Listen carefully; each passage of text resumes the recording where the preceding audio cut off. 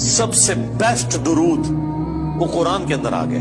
سبحان ربک رب العزت عما یصفون وسلام علی المرسلین والحمد للہ رب العالمین. سبحان ربک رب العزت عما یصفون. تیرا رب پاک ہے ہر اس شرک کی برائی سے جو لوگ اس کی طرف منسوب کرتے ہیں. کسی کو یہ ٹینشن نہ ہو جائے کہ اگر اللہ کے ساتھ کوئی شرک کرتا ہے یا اللہ کے لیے برے نام رکھتا ہے یا مخلوقات میں سے کسی کو اللہ کے برابر ٹھہراتا ہے تو اللہ کو کوئی ٹینشن ہو گئی ہے.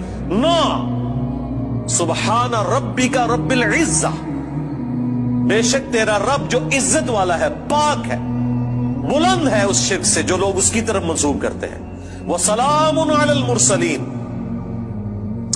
اس کے اندر پتہ کیا درد ہے؟ اللہ کہتا ہے ہمارے لیے تو ہمارے پیغمبر ہی کافی ہیں، سلامتی ہو ہمارے پیغمبروں پر. انہوں نے ایسا حق ہمارا ادا کیا کہ پوری انسانیت گمراہ بھی ہو جائے نا ہمیں کوئی پرواہ نہیں ہے. ہمارے جو سچے بندے تھے، ابراہیم، موسیٰ، عیسیٰ، نوح، آدم، محمد رسول اللہ صلی اللہ علیہ وآلہ وسلم، ان پر سلامتی ہو. والحمد للہ رب العالمین. اور تمام تعریفیں پھر اللہ کے لیے.